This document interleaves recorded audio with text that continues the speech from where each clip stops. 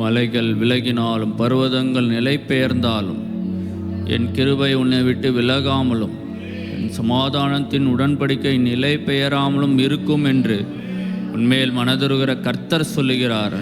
அல்லேலூயா, அல்லேலூயா. உங்கள் வாழ்க்கையில் எது விலகினாலும், யார் கைவிட்டாலும் கர்த்தர் சொல்கிறார், என்னுடைய சமாதானத்தின் உடன்படிக்கை நிலை பெயராது. அல்லேலூயா, அல்லேலூயா. அவருடைய கிருபை என்றென்றைக்கும் நமக்கு இருக்கிறது. வசனம் சொல்கிறது, கர்த்தர் தாமே உனக்கு முன்பாக போகிறவர், அவர் உன்னோடே இருப்பார், அவர் உன்னை விட்டு விலகுவதும் இல்லை, நீ பயப்படவும் கலங்கவும் வேண்டாம் என்று வசனம் சொல்லுகிறது. அல்லேலூயா. ஆண்டவரே, நாங்கள் போகிற வழிகளில் ஆண்டவரே நீர் எங்களை ஆண்டவரே செவ்வையான பாதைகளை தருகிறவரே உமக்கு ஸ்தோத்திரம். நாங்கள் பயப்படாமலும் கலங்காமலும் ஆண்டவரே நடப்பதற்கு நீர் எங்களுக்கு வழி காட்டுகிறவரே உமக்கு ஸ்தோத்திரம். வழி இதுவே என்று சொல்லுகிறவரே உமக்கு நன்றி, நன்றி ஆண்டவரே.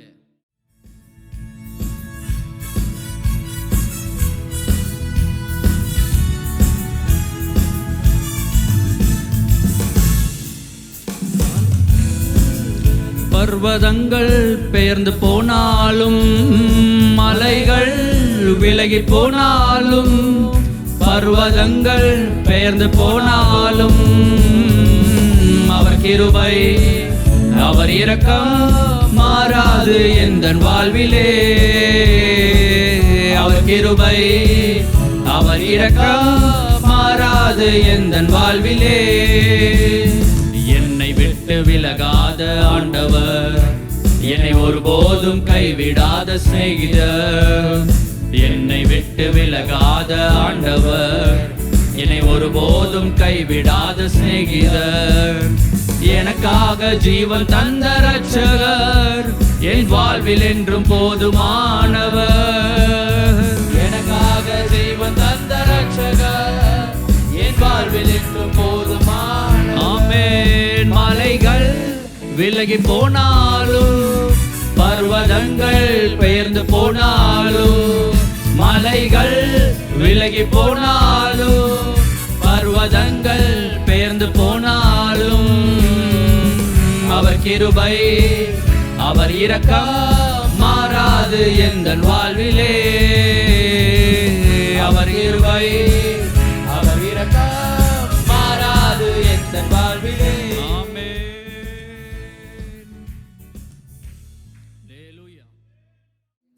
நல்ல தேவனே, எங்களை சுற்றிலும் உம்முடைய நாமத்தினாலே வேலி அடைக்கிறோம். உம்முடைய இரத்தத்துக்குள்ளாக நாங்கள் அடைக்கலமாய் ஓடி வருகிறோம். எங்களுக்கு நிறைந்த ஆறுதல் உண்டாக்கும்படிக்காக எவ்வளவேனும் பொய்யுரையாத தேவன் அப்படி செய்திருக்கிறபடினாலே உம்மை ஸ்தோத்தரித்து மகிமைப்படுத்துகிறோம். தொடர்ந்து ஆவியானவர் எங்கள் நடுவிலே இடைப்படுவீராக. உம்முடைய வார்த்தையின் வெளிச்சம் எங்களுக்குள்ளே பிரவேசிக்க கூடாதபடி தடையாய் காணப்படுகிற எல்லா அந்தகார வல்லமைகளும் தீய சிந்தனைகளும் நஸ்ரேயனாகிய இயேசு கிறிஸ்துவுக்கு கீழ்ப்படிய சிறைப்பட்டு போவதாக. கர்த்தருடைய நாமத்திலே ஜெயத்தை எடுத்துக்கொள்ளுகிறோம். நீர் மாத்திரம் ஆளுகை செய்வீராக. கன மகிமை யாவும் உமக்கே கொடுக்கிறோம். இயேசுவின் மூலம் பிதாவே, ஆமென். ஆதியாகமம் 27ஆம் அதிகாரம் 28வது வசனத்திலே நாம் வாசிக்க முடிகிறது. தேவன் உனக்கு வானத்து பனியையும் பூமியின் கொழுமையையும் கொடுத்து மிகுந்த தானியத்தையும் திராட்சரசத்தையும் தந்தருள்வாராக. இந்த ஆசீர்வாதம் ஆக்சுவலாக ஏசாவுக்கு தான் செல்ல வேண்டும். ஆனால் ஏசா தன்னுடைய அசட்டை குணத்தினால், நான் பசியினால் சாகப் போகிறேன், எனக்கு என்னத்துக்கு இந்தான் வச்சுக்கோ, அவனுடைய அந்த அசட்டை பண்ணுகிற சாயல் அவனுக்கு வரவேண்டிய ஆசீர்வாதங்களை அவன் சகோதரன் ட்ரிக்கி ஜேக்கப் என்று வேதம் அழைக்கிறது. இந்த யாக்கோபு எத்தனாக இருந்து தட்டி கழித்து அதை பறித்தும் கொள்ளுகிறான்.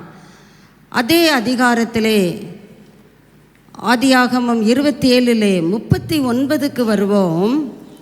அப்பொழுது அவன் தகப்பனாகி ஈசாக்கு அவனுக்கு பிரதித்திரமாக, உன் வாசஸ்தலம் பூமியின் சாரத்தோடும் உயர வானத்திலிருந்து இறங்கும் பனியோடும் இருக்கும்.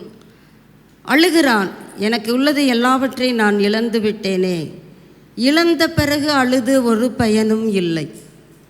நம்முடைய வாழ்க்கையிலே ஆசீர்வாதங்களை கர்த்தர் வைத்திருக்கும் பொழுதே, அதை அவர் விரும்பி நம் கரங்களில் கொடுக்கும் பொழுதே நாம் சுதந்தரித்து கொள்ள வேண்டுமே தவிர, அசட்டையாய் போக்கு சொல்ல தொடங்குவோம் என்றால் நமக்கு வரவேண்டிய நன்மைகள் இன்னொருவருக்கு தான் செல்லும்.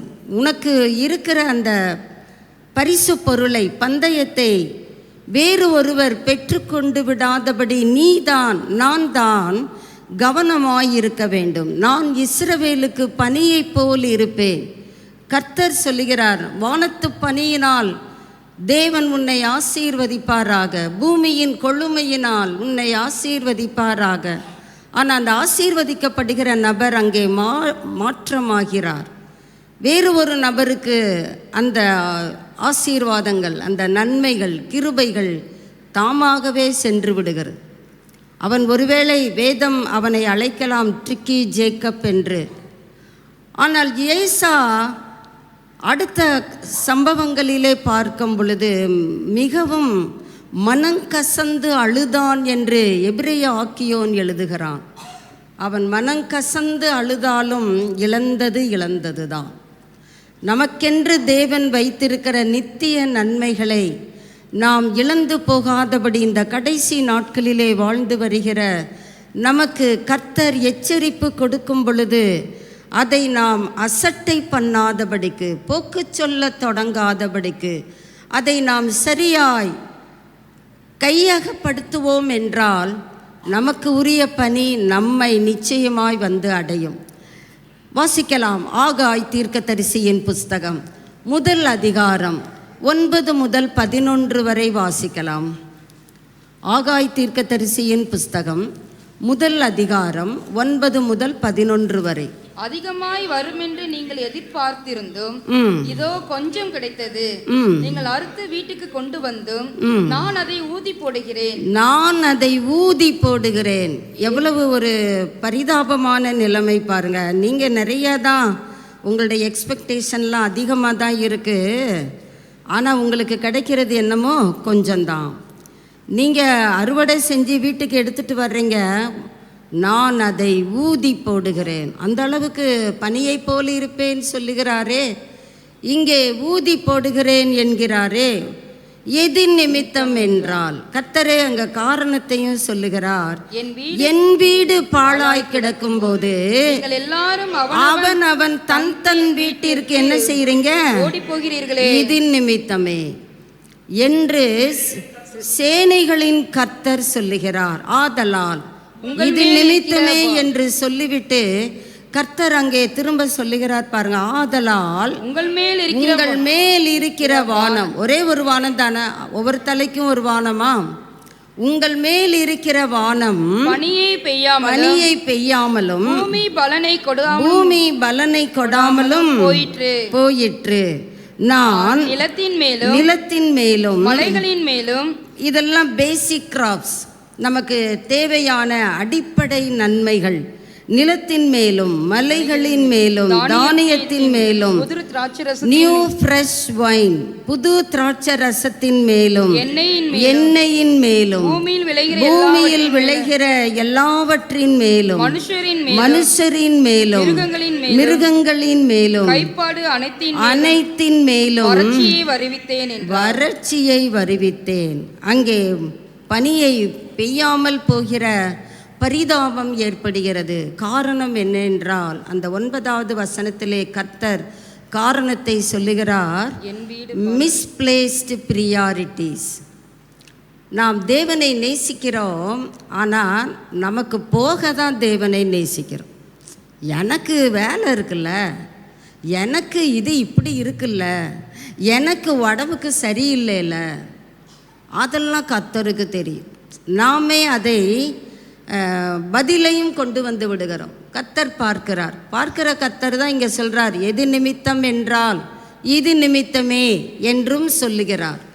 நாம் சொல்லுகிற அந்த காரியங்களை கர்த்தர் ஏற்றுக்கொள்ள மறுக்கிறார் என்பதை நாம் வேதத்தின் வாயிலாக நாம் பார்க்க முடியும். சில காரியங்களை பார்ப்போம். நாம் எந்த இடத்திலே நம்முடைய அந்த முன் உரிமைகளை தவற விட்டு இருக்கிறோம்.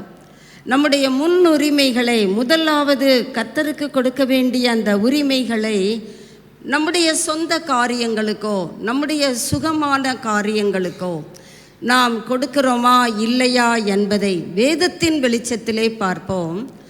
வாசிக்கலாம். மத்தேயு 23:23 வாசிக்கலாம். முதலாவது, பரிசேயர்களும் சதுசேயர்களும் அங்கே ஒரு வாழ்க்கை வாழ்கிறதை இயேசு படம் பிடித்து காட்டுகிறார். மாயக்காரராகி வேதபாரகரே, பரிசேயரே, உங்களுக்கு ஐயோ! நீங்கள் ஒற்றதளமிலும் வெந்தயத்திலும் ஜீரகத்திலும் தசமபாகம் செலுத்தி நியாயப்பிரமாணத்தில் கற்பித்திருக்கிற விசேஷங்களாகிய நீதியையும் இரக்கத்தையும் விசுவாசத்தையும் விட்டுவிட்டீர்கள். பனி நம்மிடத்திலே பெய்யாமல் போகிறதற்கு கர்த்தரோ பரலோகமோ காரணர் அல்ல, நாம் தான் காரணம். இவர்களுடைய வாழ்க்கையை கர்த்தர் சொல்லுகிறார் பாருங்க. ஆரம்பமே ஐயோ! இவங்க எப்படிப்பட்டவங்க? பைபிள் டீச்சர்ஸ், மாயக்காரராகிய வேத பாரகர், வேதத்தை மற்றவர்களுக்கு போதிப்பதிலே சமர்த்தர்கள். பரிசேயர், உலக வெளித்தோற்றமான மத சடங்குகளை, சடங்காச்சாரங்களை சரியாய் கடைபிடிக்கிறவர்கள். அதை கர்த்தர் தான் சொல்கிறார்.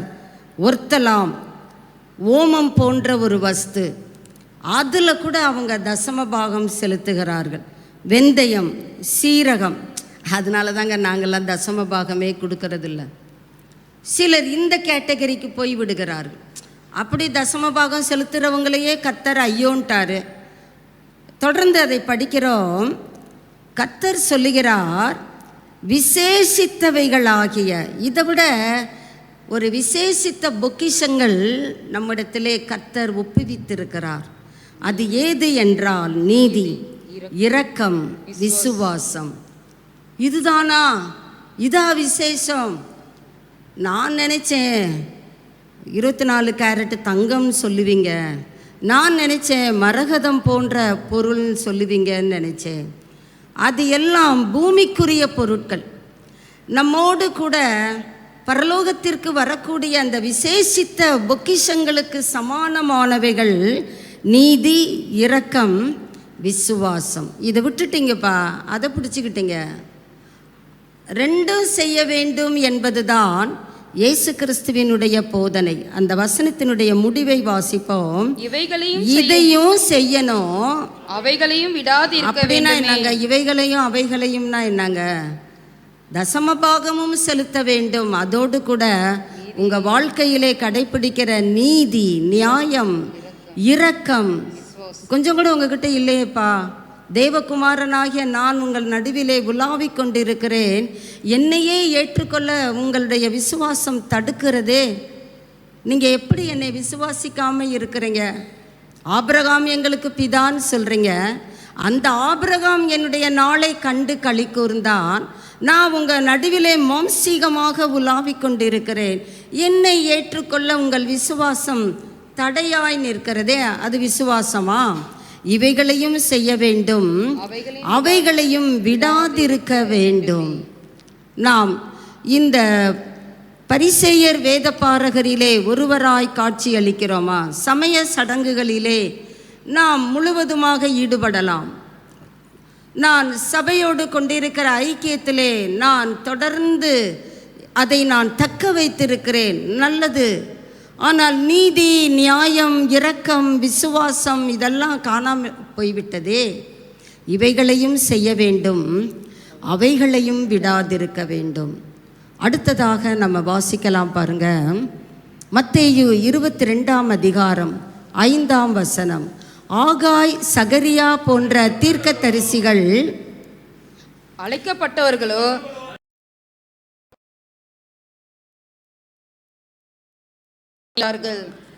ஆகாய், சகரியா போன்ற தீர்க்கதரிசிகள் இஸ்ரவேலர்களை கடிந்து உரைக்கிறதை நாம் வேதத்திலே வாசிக்கிறோம். நீங்கள் எஸ்ரா புஸ்தகத்தை வீடுகளிலே சென்று நீங்கள் அமைதியாக தியானித்து பார்ப்பீர்கள் என்றால், வேதத்தை ஆராயவும் அதின்படி செய்யவும், தன்னுடைய இருதயத்தை அந்த செய்த காரியங்களை உபதேசிக்கவும் தன் இருதயத்தை பக்குவப்படுத்தி இருந்தான்.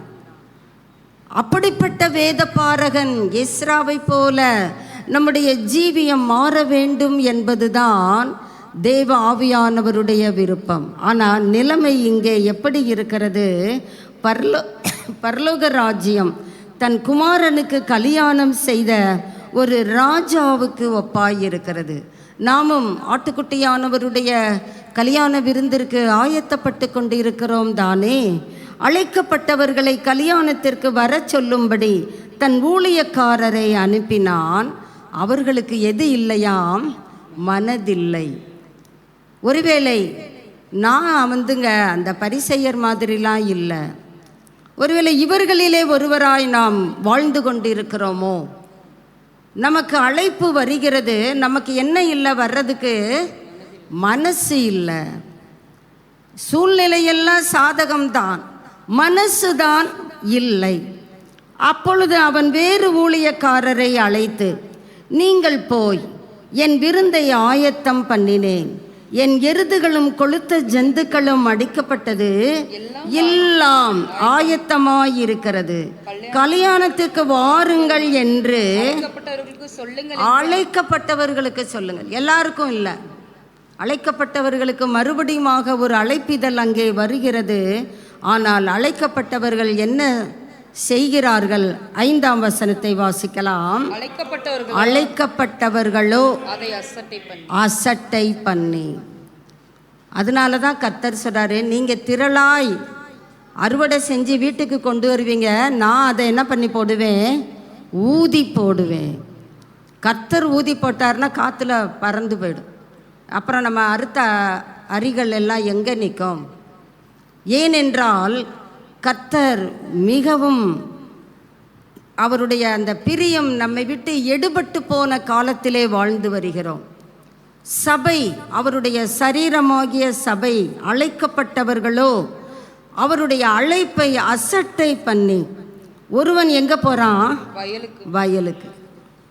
நான் சர்ச்சு ரொம்ப முக்கியம்ல, வயல் தான் எனக்கு பிரதானம். வயல், அதில் நான் முழு ஈடுபாட்டோடு இருந்தாலும் இந்த ராஜாவினுடைய அழைப்பு எனக்கு ஒன்றும் பெருசு இல்லை. நான் தான் உனக்கு பெருசு, வயலை விட நான் தான் உனக்கு பெருசு. இந்த வயலுக்கு தலைவர் யாரு? இந்த வயலிலே அறுவடை செய்வதற்கு உனக்கு உதவுபவர் யார்? உனக்கு வயல் பெருசாய் போயிடுச்சோ? என்னுடைய வார்த்தையை விட. வயலுக்கு போய்விட்டான், இருந்தா வம்பு, போய்கிட்டே இருப்பான். எனக்கு என் வேலை தான் முக்கியம். அது கிடக்கு, அது ஏதாவது சொல்லும். இன்னும் சிலர் சொல்லுகிறோம், ஊழியர்களை வளருவாங்க, அவங்க ஏதாவது வளருவாங்க, அவங்களுக்கு ஒரு வேலை இல்லை, அவங்க போக வேண்டியது தான். நமக்கு வேலை இல்லை. அநேக வார்த்தைகள் வீடுகளிலே துணித்து கொண்டிருக்கிறதை கர்த்தர் சபையிலே சுட்டி காட்டுகிறார். நமக்கு வேலை இல்லை, அப்படிதான் இவர் வயலுக்கு போயிட்டார். ஒருவன் வயலுக்கும் ஒருவன் தன் வயலுக்கும் தன் வியாபாரத்துக்கும். கர்த்தர் எதையுமே அழகாக நேர்த்தியாக சுட்டி காட்டுபவர். அவங்க சொந்த வயலுக்கு, அவங்க சொந்த வியாபாரத்துக்கு என்ன செஞ்சிட்டாங்க? கிளம்பிட்டாங்க. அவன் கூப்பிட்டுக்கிட்டே இருப்பான், அவனுக்கு என்ன வேற வேலை இல்லை, சும்மா நம்ம பொழப்ப பார்க்க வேண்டாமா? நமக்குன்னு எவ்வளோ வேலைகள் இருக்குது, அதை விட்டுட்டு யாரோ கூப்பிட்றாங்களாம் போகணுமா? விருந்து ஆயத்தமாக இருக்குதா? என்ன பெரிய விருந்து? கிண்டலும் நகைப்புமான வார்த்தைகளை குடும்பங்களிலே கர்த்தருடைய ஆவியானவர் கேட்டு மிகவும் வருத்தம் கொள்ளுகிறார். மற்றவர்கள், ஒருத்தன் வயலுக்கு போயிட்டான், ஒருத்தன் வியாபாரத்துக்கு போயிட்டான், அடுத்தவங்க என்ன பண்ணிட்டாங்க? அவனுடைய ஊழியக்காரரை பிடித்து அவமானப்படுத்தி கொலை செய்தார். அவமானப்படுத்தி உசுரோட விட்டா கூட பரவாயில்ல, ஆளை போட்டு தள்ளிட்டாங்க. நீ இருந்தா தானே அடுத்து வந்து கூப்பிடுவ, உன் அழைப்பிதழ் கொண்டு வர்றது கூட நீ இருக்கக்கூடாதுடா, நீ கிளம்பிடு. இப்படியாக நாம் என்ன செய்கிறோம், நமக்கு வரவேண்டிய அந்த பணியை நாமே தடுத்து விடுகிறோம். நான் இஸ்ரவேலுக்கு பணியை போல் இருப்பேன். நம்ம அநேக நேரம் யோசிக்கிறோம் தானே, எங்கள் பணியை போல் இருக்கிறாரு, வறட்சி தான் வீட்டில் இருக்குது, நான் கொண்டு வர சம்பளம் பொத்தல் பையிலே போடப்படுகிறதற்கு சமானமாக இருக்கிறது, செலவு தான் எக்கெடுத்தப்பா இருக்கு, அதுதான் பெருசாக இருக்குது. அப்போ நம்ம இன்னும் உழைக்கணும் தானே. நம்மை நியாயப்படுத்துகிறோமே தவிர அசட்டை பண்ணுகிறதையும் போக்கு சொல்ல தொடங்குகிறதையும் நாம் நிறுத்தாமல் இருக்கிறோம். லூக்காவுக்கு வருவோம். 14ஆம் அதிகாரம் 18 முதல் 20 வரை வாசிக்கலாம். லூக்கா சுவிசேஷம் 14:18 முதல் 20 வரை. அவர்கள் எல்லாரும் போக்கு சொல்ல தொடங்கினார்கள். ஒருவன் ஒரு வயலை கொண்டேன், நான் அகத்தியமாய் போய் அதை பார்க்க வேண்டும், என்னை மன்னிக்கும்படி வேண்டிக் கொள்கிறேன் என்றான். வேறொருவன் 5 ஏறு மாடு கொண்டேன், அதை சோதித்து பார்க்க போகிறேன், என்னை மன்னிக்கும்படி வேண்டிக் கொள்கிறேன் என்றான். எவ்வளோ அழகான மன்னிப்பு பாருங்க, ரொம்ப சூப்பர்லேட்டிவ் பரிசுத்தம். மன்னிச்சுக்கப்பா, சாரிப்பா, நம்ம லாங்குவேஜ் தான் பாருங்க. எல்லாரும் போக்கு சொல்ல தொடங்கினார்கள். ஒருவன் சொல்றான், நான் இப்போதான்ப்பா ஒரு வயலை பார்த்துருக்கிறேன், அதுவும் பை சான்ஸாக அமைஞ்சிச்சுப்பா, அகத்தியமாய் கொண்டே நான் அதை போய் நான் அதை என்ன பண்ண வேண்டும், இன்னைக்கு பார்க்கலைன்னா சமயம் மாறிவிடும், என் கையை விட்டு அந்த வயல் போய்விடும், அதில் நான் அங்கே போக வேண்டியது இருக்குது. சாரி, நீ உன் வேலையை பாரு, நான் என் வேலையை பார்க்கிறேன், என்னை மன்னிக்கும்படி வேண்டிக் கொள்ளுகிறேன். வேறொருவன் சொல்லுகிறான், 5 ஏர் மாடு கொண்டேன், அதை நான் என்ன செய்ய வேண்டும், சோதித்து பார்க்கணும். அவர் ஐயா சாரின்ட்டாரு, அவர் வழியை நான் பின்தொடருகிறேன், நானும் சாரி கேட்குறேன், எனக்கு ஜோலி இருக்குப்பா, 5 ஏர் மாடுனா நான் அதை டெஸ்ட் பண்ணுறதுக்கே பொழுது சாயங்காலம் ஆகிவிடும், அதனால் சாரி ப்ரோ, நான் வர முடியாது, மன்னிச்சுக்கோ. வேறொருவன் சொல்லுகிறான், ஐ எம் நியூலி மேரீடு, நான் இப்போ தான்ப்பா கல்யாணமே முடிச்சிருக்கேன், பைபிள் படிக்கலை நீ, உனக்கு நியாயப்பிரமாணம் தெரியாது, புதுசாக கல்யாணம் பண்ணவன் படைக்கோ மற்ற காரியங்களுக்கோ அவன் வர வேண்டிய அவசியம் இல்லைன்னு சொல்லியிருக்கு, உனக்கு தெரியுமா தெரியாதா? அதனால் பெண்ணை விவாகம் பண்ணினேன், அதனால் நான் என்ன செய்யக்கூடாது, வரக்கூடாது. போக்கு சொல்ல தொடங்குகிறோம், அதை நியாயப்படுத்துகிறோம். என் வேலை அப்படி இருக்கு, நான் உள்ளதைத்தானே சொல்லுகிறேன். கர்த்தர் இந்த காரியங்களை போக்கு சொல்லுகிறதை சற்றும் ஏற்றுக்கொள்ளுகிறவர் அல்லவே அல்ல. நாம் நினைக்கிறோம், நம்ம சொன்னால் கர்த்தர் மன்னிச்சு விட்டுருவார். மன்னிக்கிறதற்கு தயை பெருத்தவர் தான், ஆனால் செய்த உப்பை தின்றவன் தண்ணி குடிச்சு தானே ஆகணும். நாம் செய்த காரியங்களுக்குரிய பலனை நாம் தானே அனுபவிக்க வேண்டும். வாசிக்கலாம். அடுத்ததாக மத்தேயு 23ஆம் அதிகாரம் 27 முதல் 28 வரை வாசிக்கலாம். மாயக்காரராகி வேத பாரகரே, பரிசேயரே, உங்களுக்கு ஐயோ, வெள்ளையடிக்கப்பட்ட கல்லறைகளுக்கு ஒப்பாய் இருக்கிறீர்கள். அவைகள் புறம்பே அலங்காரமாய் காணப்படும், உள்ளேயோ மரித்தவர்களின் எலும்புகளினாலும் சகல அசுத்தத்தினாலும் நிறைந்திருக்கும். அப்படியே நீங்களும் மனுஷருக்கு நீதிமான்கள் என்று புறம்பே காணப்படுகிறீர்கள், உள்ளத்திலோ மாயத்தினாலும் அக்கிரமத்தினாலும் நிறைந்திருக்கிறீர்கள். மாயக்காரராகிய வேத பாரகரே, பரிசேயரே, உங்களுக்கு ஐயோ, நீங்கள் தீர்க்கதரிசிகளின் கல்லறைகளை கட்டி நீதிமான்களின் சமாதிகளை சிங்காரித்து இயேசு கிறிஸ்து இந்த பரிசேயர்களுடைய வெளித்தோற்ற ஆவிக்குரிய ஜீவியத்தை சாடுகிறதை பார்க்கிறோம். மறுபடியுமாக அந்த 27 வாசிக்கலாம். 23ஆம் அதிகாரம் 27ஆம் வசனம். மாயக்காரராகிய வேதபாரகரே, பரிசேயரே, உங்களுக்கு ஐயோ, வெள்ளையடிக்கப்பட்ட கல்லறைகளுக்கு வெள்ளையடிக்கப்பட்ட கல்லறைகளுக்கு நாம் எப்படி இருக்கிறோமாம், ஒப்பாய் இருக்கிறோம். புறம்பே அலங்காரம், வெளியில பரிசுத்தம், வெளியில என்ன மாதிரி கர்த்தருக்கு பிரியமான நபர் உண்டோ வெளியே எல்லாம் சரிதான்ப்பா, ஆனால் உள்ளே இருந்து ஒரு ஸ்மெல் வருதே, அது என்னப்பான்னு கேட்குறார். சற்று ஆவியானவருடைய கேள்விக்கு சபை என்ன பதில் சொல்ல போகிறது? கடைசி வரைக்கும் நம்மை நாமே நியாயப்படுத்தி கொண்டே போவோம் என்றால் கர்த்தர் அதை அங்கீகரித்து விடுவாரோ? வெளியே நல்லா பளிச்சின்னு ஒயிட்டாக இருக்குப்பா, ஆனால் உள்ளே இருந்து ஒரு ஸ்மெல் வருதே, அப்பப்போ எனக்கு வீசிங் வந்துடும் போல இருக்கே, அப்படி ஒரு ஸ்மெல் வருதுப்பா. என்ன ஸ்மெல்? அவரே தான் சொல்கிறார். மரித்தவர்களின் எலும்புகளிலே சகல அசுத்தத்திலே நிறைந்திருக்குது உன் உள்ளம்.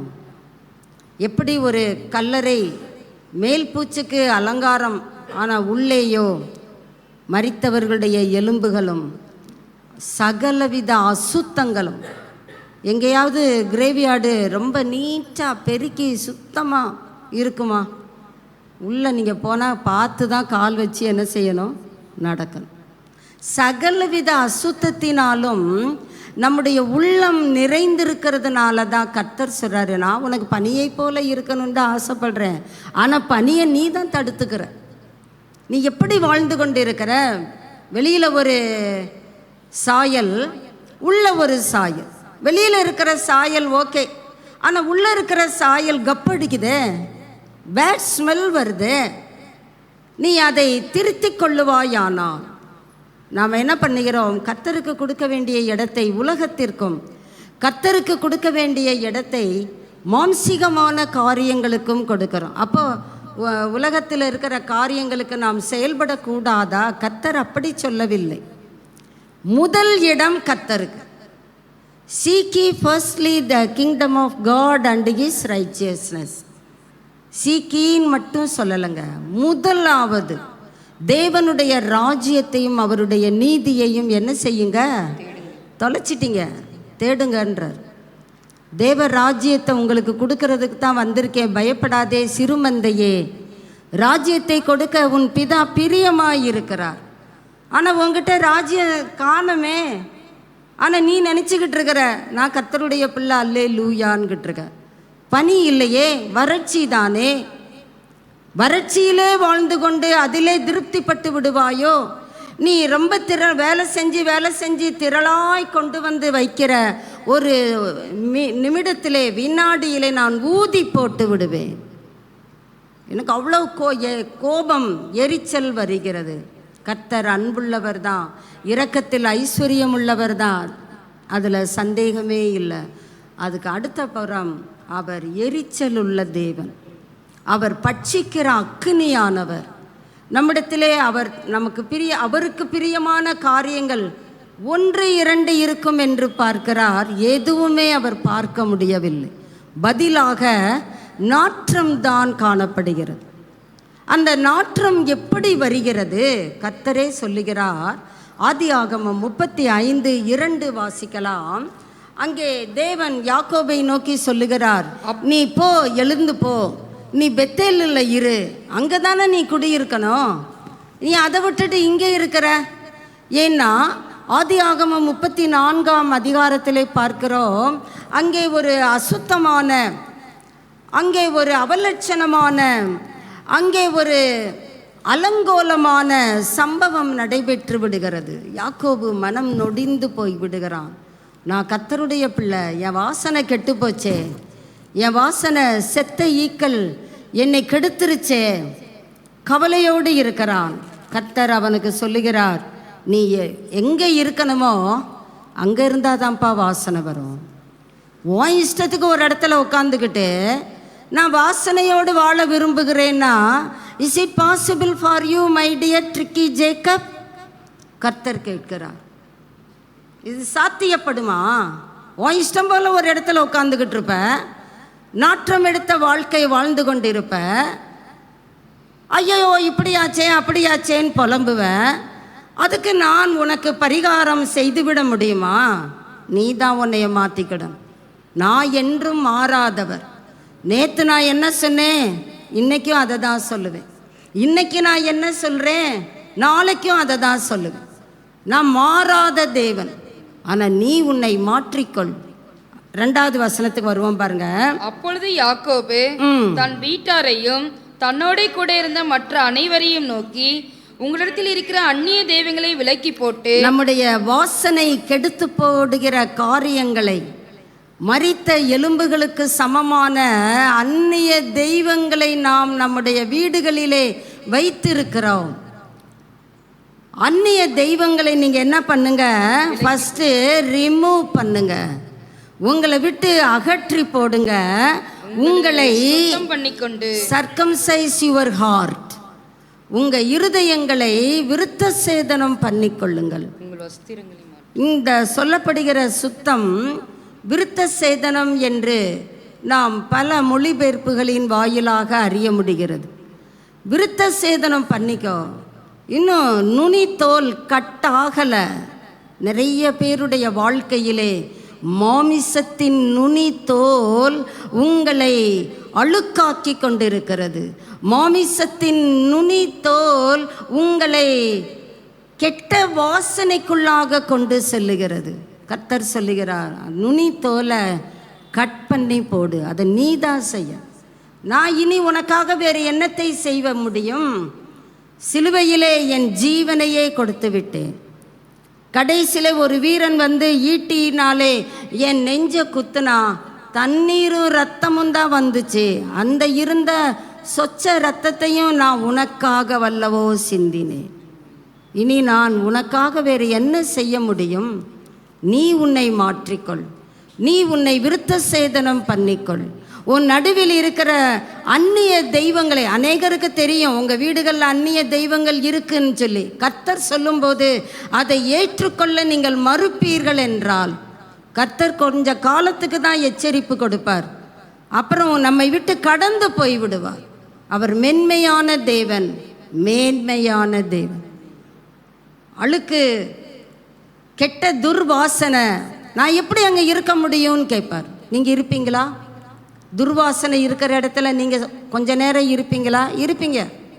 என்ன செய்கிறது, எங்கள் சொந்தக்காரங்க அப்படின்ட்டு இருப்பீங்க. அதே உங்களுக்கு வாழ்வாதாரம்னு சொன்னால் இருப்பீங்களா? நடையே கட்டிடுவீங்க. கர்த்தர் கேட்குறாரு, உனக்கே அப்படின்னா நான் எப்படிப்பா அங்கே வாழ முடியும்? மாமிசத்தின் நுனித்தோல் அநேகரிடத்திலே இன்னும் அறுத்து போடப்படாத நிலையிலே தான் இருக்கிறது. கர்த்தர் சொல்றார், அடுத்து உங்கள் வஸ்திரங்களை மாற்றுங்கள். இந்த வஸ்திரம் not the garments, change your characters.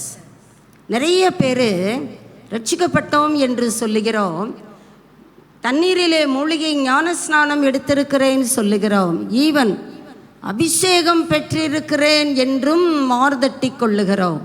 ஆனால் கேரக்டரை பார்த்தா ரட்சிக்கப்படாமல் இருக்கும் பொழுது என்ன சுபாவமோ சாயலோ அதிலே தான் நம்முடைய வாழ்க்கை தொடர்ந்து போய்கொண்டு இருக்கிறது. கர்த்தர் அதை தான் யாக்கோபுக்கு சொல்லுகிறதை இந்த காலை வேளையிலே உங்களுக்கும் எனக்கும் சொல்லுகிறார். Change your garments, character. உன்னுடைய அந்த சுபாவத்தை நீ என்ன பண்ணிக்கோ, நீ தான் மாற்ற. நானா மாற்ற முடியும்? ஏசாவுக்குன்னு கர்த்தர் அங்கே ஒரு சுதந்திர பாகத்தை பிரித்து விட்டார். இவர் தலைவருக்கு பசி தான் பிரதானம். அந்த கூழு வாசனை இழுக்குது. இந்தா இப்போ செத்துருவேன். பசியில் யாராவது செத்துருவாங்களா? ஒரு நேரம் சாப்பிடாம செத்து போகிறவங்க யாராவது இருக்காங்களா? இவர் சொல்கிறாரு, நான் செத்துருவேன். எனக்கு எதுக்கு? கர்த்தருடைய கோபம் எனக்கு எதுக்கு? நானே சாக போகிறேன். இந்த கூலை கூட, இந்த சேஷ்டபுத்திர பாகத்தை நீ வச்சுக்கோ. யாக்கோபு கேட்டானா, இவன் தான் எனக்கு அந்த கூலை குடிப்பையா, பசியாக இருக்குது. ஒரு அற்பமான ஒரு பசியாற்றுகிற ஒரு பொருளுக்காக விலை உயர்ந்த பொக்கிஷத்தையும் அசட்டை பண்ணி எனக்கு எதுக்கு? இன்னைக்கும் ஆவிக்குரிய சாயலை சபை அலட்சியம் பண்ணுகிறது தானே. பைபிள் வாசிக்கிறது தானே, என்ன தானே, ஜெபம் பண்ணுறது தானே, பண்ணுவோம் பண்ணுவோம்ப்பா. நான் மாட்டேன், நான் சொல்கிறேன், பண்ணுவோம், இதை முடிச்சுட்டு வந்து பண்ணுவோம். கர்த்தர் அப்படி கேட்கலங்க. பனி காலையில் தான் விழும். அந்த பனி வெயில் ஏற ஏற உருகி போய்விடும். நீ வெயில் வந்த பிறகு ஜெபிக்கிறதும் வேதம் வாசிப்பதற்கும் அங்கே எந்த பனியை நீ பொறுக்கிக் கொள்ள முடியும்? அங்கே பனி இல்லையே. பனி, ஒரு ஸ்காலர் சொல்லுகிறார், பனி விழும் பொழுது அந்த இடத்தை நனைத்திருக்கும். அது விழுந்திருக்கிறது என்பதை அந்த இடம் நமக்கு ஒரு அடையாளப்படுத்தும். ஆனால் பனி உருகி போயிற்றென்றால் அந்த இடம் கூட சொல்லாதான். ஏன்னா அது உருகி காய்ந்து விடுகிறது. இந்த இடத்துல தான் அந்த பனி விழுந்துச்சுன்னு கண்டுபிடிக்க மனிதனால் இயலாது. நம்முடைய வாழ்க்கையில் இந்த பனியை நாம் இழந்துதானே தேவ சமூகத்திலே அமர்ந்திருக்கிறோம். ஆண்டவர் சொல்லுகிறார், நான் உனக்கு பனியை போல இருப்பேன். எங்க வறட்சி, நீ எங்க என்னை தேடுறன்றார். நம்ம கேட்கறதுக்கு அவரும் பதிலடி கொடுப்பதற்கு சளைத்தவர் அல்ல. உனக்கே அம்புட்டுனா கேட்பார்ல. ஒன்றும் நம்மக்கிட்ட காரியங்கள் முழுமை இல்லாவிட்டாலும் நாம் மார்தட்டி கொள்ளுகிறோம் தானே. கர்த்தர் இங்கே சொல்லுகிறார், உங்கள் கேரக்டரை மாற்றுங்கள். கர்த்தர் சபையோடு இடைப்படும் பொழுது சபை அதற்கு தெண்டனிட்டு பணிந்து கொள்ள வேண்டும். அப்பொழுதுதான் கர்த்தர் சொல்லுவார், புத்தியுள்ள ஆராதனை, என்னை பலிபீடத்திலே பலி பொருளாக ஜீவனுள்ள பலியாக என்னை கொடுக்கிறேன். அப்படி கொடுக்கும் பொழுதுதான் நம்முடைய சாயல் மாறும், நம்முடைய கேரக்டர் மாறும். சில பேர் நம்மக்கிட்ட கேட்குறாங்க தானே, நீ கிறிஸ்தவ பிள்ளையா, நீயா? அப்படின்னா என்னங்க அர்த்தம்? நம்ம வேலை செய்கிற இடமாகட்டும், நம்ம ஏதோ ஒரு இடத்துல ஏதோ ஒரு பொருளை வாங்க கூட சென்று இருக்கலாம். திடீர்னு பார்த்தா அவங்க கேட்பாங்க, நீங்களா கிறிஸ்தவங்க மாதிரி இருக்கிறீங்க? அப்படி கேட்டாங்கன்னா வாசனை பரிமளிக்குமா? யோசித்து பார்ப்போம். செத்த ஈக்கள் தானே. அற்பமான பொருளுக்காக சமீபத்தில் ஒரு காரியத்தை கேட்டு அறிய முடிந்தது. பிரபல ஜவுளி கடையிலே நல்ல ஒரு சகோதரி தோத்தர சுன்னுக்கிட்டே இருந்திருக்கு. சும்மாவாது இருந்திருக்கலாம். என்னம்மா சொல்கிறேன்னா, சோத்திரம் பண்ணிக்கிட்டு இருக்கேன். பால் குக்கர் சவுண்டு கொடுக்கும் பார்த்தீங்களா? அந்த மாதிரி இந்த அம்மா தன்னை ஒரு ஆவிக்குரிய வெளி தோற்றத்தை காண்பித்து கொண்டே தன்னால் இயன்ற பொருட்களை எல்லாம் அபகரித்து கொண்டும் இருக்கிறார்கள். சிசிடிவியிலே தான் பதிவாகிறோம் என்பது கூட அவர்களுக்கு நினைவில்லை. திடீரென்று அதே கிறிஸ்தவ மதத்தை சேர்ந்த ஒருவர் வந்து அந்த அம்மாவை பிடிக்கிறார். ஏம்மா சுன்னுக்கிட்டே இருக்கேம்மா, நீ போடுற ஸ்தோத்திரம் எதுக்கு? இதெல்லாம் திருடுறதுக்கா? ஏம்மா அப்படி இயேசு பெயரை கெடுக்குறீங்க? நான் திருடலையே, இதெல்லாம் பில்லு போட போகிறேன். இதுக்கெல்லாம் நான் என்ன செய்ய போகிறேன்? இனிமே தான் பில்லு போட போகிறேன். அந்த அம்மாவை அவங்க எல்லாம் நூலாக்கிட்டாங்க. சும்மாவாது அமைதியாக இருந்திருந்தாலாவது அது போடுற தோத்திரமும் அந்த அம்மாவுக்கே எதிரிடையாக அமைந்து விட்டது. இந்த சென்னையில் நடந்தது தான். நகை கூட இல்லையேம்மா, நகையே வேண்டான்னு சொல்லி இருக்கிற, இதில் ஏம்மா நீ ஆசை வச்ச? இன்னொன்று வந்து கேட்குது. எவ்வளவு வெட்கம் பாருங்க. நம்முடைய கேரக்டரை மாற்ற வேண்டும். ஆசையாக இருந்துச்சான், கடைசியாக ஒத்துக்கிடுச்சு அந்த அம்மா. ஆசையாக இருந்துச்சு. ஆசைன்னா நீ ஜெபம் பண்ணு, கர்த்தர் உனக்கு தருவார். நீ தான் தோத்திரங்கிட்டே இருக்கியே. அதுக்காக திருடி என்ற பெயர் உனக்கு இங்கே பதிவாகி விட்டதே. உன் வஸ்திரம் மாற்றப்படவில்லையே, உன் கேரக்டர் மாறலையே. ஒருவேளை நம்ம சொல்லலாம், நாங்களும் அந்த மாதிரி இல்லைங்க, வீடுகளில் அதை காட்டுறோம் தானே, வீடுகளில் காட்டுறோம் தானே. அங்கே இருக்கிறது இங்கிட்டு, இங்கே இருக்கிறது அங்கிட்டு. கர்த்தர் பார்க்கிறார். அவருக்கு முன்பாக மறைவானது ஒன்றும் இல்லை. உன் வஸ்திரங்களை, உன் கேரக்டரை நீ மாற்றும் பொழுதுதான் நான் உனக்கு பனியை போல இருப்பேன். நான்காவதாக பார்க்கிறோம், யாத்திராகமம் 16ஆம் அதிகாரம் 2-3 வாசிக்கலாம். அந்த வனாந்திரத்திலே இஸ்ரேல் புத்திரராகிய சபையார் எல்லாரும் மோசேக்கும் ஆரோனுக்கு விரோதமாக முறுமுறுத்து, நாங்கள் இறைச்சி பாத்திரங்கள் அண்டையிலே உட்கார்ந்து அப்பத்தை திருப்தியாக சாப்பிட்ட எகிப்து தேசத்திலே கர்த்தரின் கையால் செத்து போனோமானால் தாவில்லை, இந்த கூட்டம் முழுவதையும் பட்டினினால் கொல்லும்படி நீங்கள் எங்களை புறப்பட பண்ணி இந்த வனாந்தரத்திலே அழைத்து வந்தீர்களே என்று அவரிடத்தில் சொன்னார்கள். பாருங்க, இங்கே இந்த இஸ்ரவேலர்கள் இவங்கெல்லாம் ஆவிக்குரிய பிள்ளைகள். இவர்களுடைய வாழ்க்கையிலே காணப்படுகிறது முறுமுறுப்பு, பற்றாக்குறை, இருக்கிறதுல அந்த திருப்தியற்ற நிலைமை. அவர்கள் என்ன சொல்லுகிறார்கள் பாருங்க, நாங்கள் இந்த இறைச்சி பாத்திரங்கள் அண்டையிலே உட்கார்ந்து, எங்க எகிப்து தேசத்தில், அது உண்மையா என்று இவர்களே கேட்டால் இல்லைன்னு தான் சொல்லுவாங்க.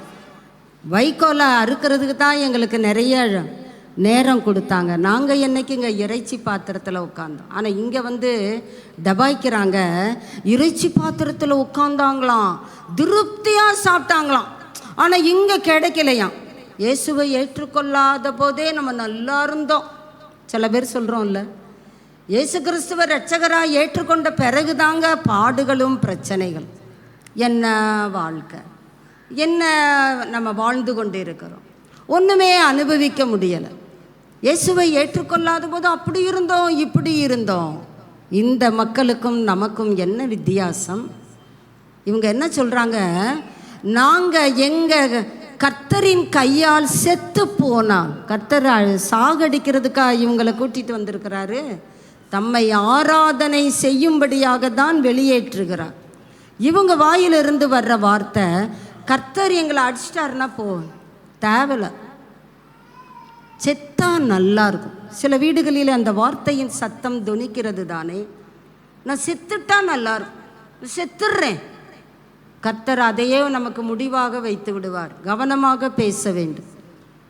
செத்துடுறேன், அடுத்த கட்டத்துக்கு என்ன நம்ம இருக்க போகிறோம், செத்துடுறேன்னு சொல்லி மிரட்டலாம் மனிதர்களை, அது உனக்கு தான் ஆபத்து.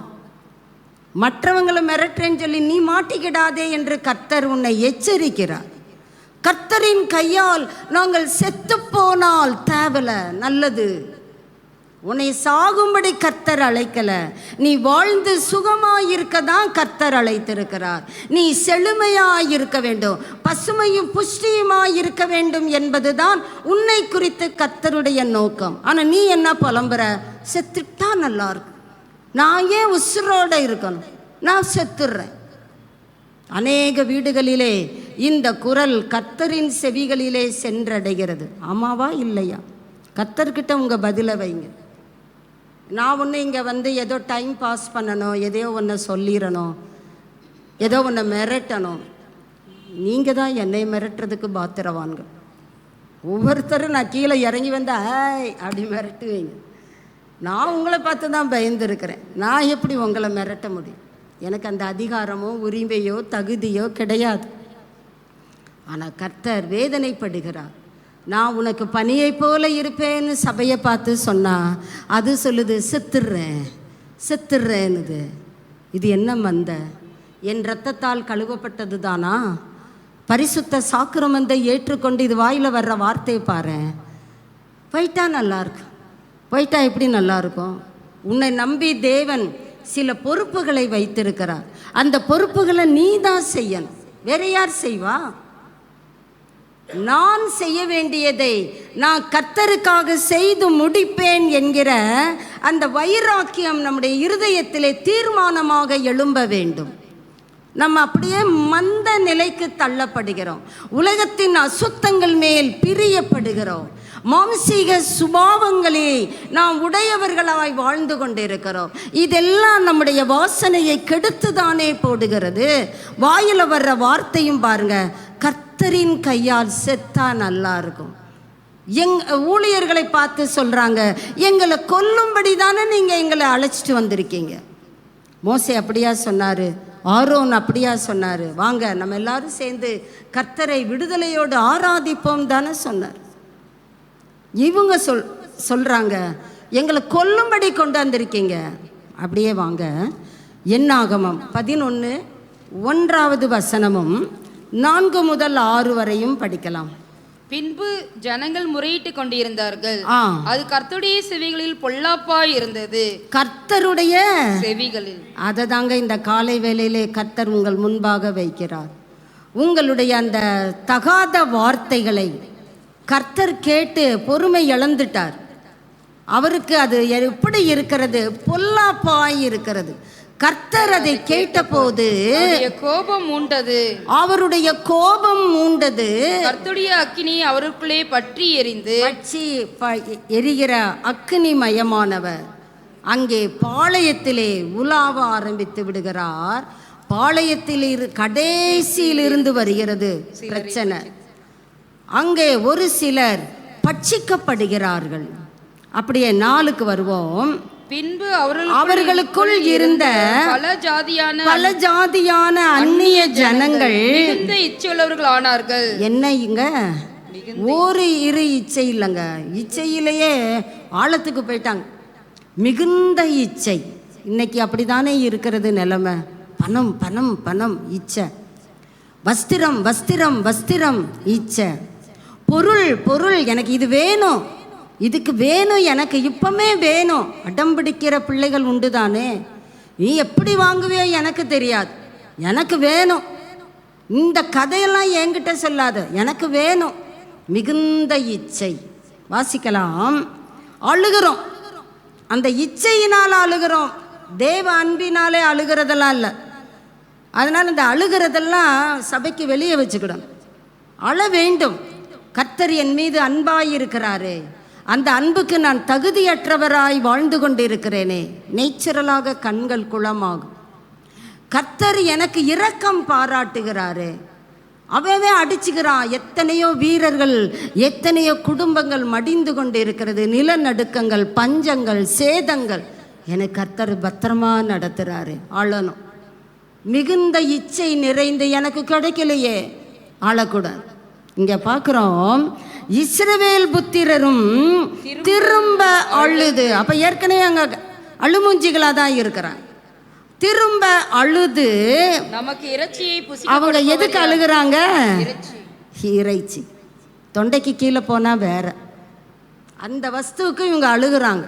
அப்போ இவங்களை எந்த கணக்கில்ங்க வைக்க முடியும் சொல்லுங்க? கர்த்தர் கேட்கிறார், இந்த மக்களை உங்களோடு ஒப்பிட நான் முடியுமா? நீங்களும் அப்படிதான் இருக்கீங்கன்றார். திரும்ப அழுது, எனக்கு இது யார் தருவா, எனக்கு இது கிடைக்கலையே. அடுத்து வாசிப்போம் பாருங்க, இவங்க என்ன வார்த்தைகள் எல்லாம் பேசுகிறார்கள். எகிப்திலே கிரயம் இல்லாமல், அது உண்மையே கிடையாதுங்க. வரலாறு நீங்கள் உள்ளே போவீர்களானால், எகிப்திலே இவங்க ஒவ்வொன்றுத்துக்கும் காசு கட்டி தான் அனுபவிச்சிருக்காங்க. இவங்க டபுள் போர்ஷனாக வைக்கோல் அறுத்து கொடுத்தாதான் இவங்களுக்கு கிடைக்க வேண்டிய சின்ன அந்த போனஸ் அவர்களுக்கு கிடைக்கிறது. அப்படி இருந்த பொழுது அதை மறந்து விட்டு இப்போ சொல்கிறாங்க, நாங்கள் விலையே கொடுக்கல, நாங்கள் திருப்தியாக சாப்பிட்டோம். எங்கே எப்படி சாப்பிட்டோம்? அப்பங்களில் நிறைந்த பாத்திரங்கள் அண்டையில் உட்கார்ந்து நாங்கள் சாப்பிட்டோம். கிரயம் இல்லாமல் சாப்பிட்ட மீன்கள், வெள்ளரிக்காய்கள், கொம்மட்டிக்காய்கள், கீரைகள், சரியான வெங்காயங்கள், வெள்ளை பூண்டுகளை நினைக்கிறோம். இவங்க நினைவிலே கர்த்தரோ கர்த்தருடைய வார்த்தையோ இல்லைங்க. அவங்களே சொல்லிட்டாங்க, எங்களுக்கு இது வேணும், எங்கள் நினைவெல்லாம் அதுதான். இப்போ யோசித்து பாருங்க, பனி விழ அங்கே வாய்ப்பு உண்டா? நாமும் அப்படித்தானே வாழ்ந்து கொண்டு இருக்கிறோம். ஐயோ, வெங்காயம் இருந்தால் நல்லாயிருக்கும், வெள்ளைப்பூண்டு இருந்தால் நல்லாயிருக்கும், கொம்மட்டிக்காய் இன்னமும் இருக்கும் தெரியுமா, திண்டிவனத்துக்கு அந்த பக்கம்தான் அது கிடைக்கும். அது கிடைக்கிற இடம் கூட நமக்கு தெரிந்து வைத்திருக்கிறோம். வெங்காயம் வேணும், பூண்டு வேணும், இதுதான் நாங்கள் நினைக்கிறோம். உள்ளதை சொல்லிவிட்டார். இப்போ 6க்கு வருவோம். இப்பொழுது நவிச்சல் நம்முடைய உள்ளம் வாடி போகிறது.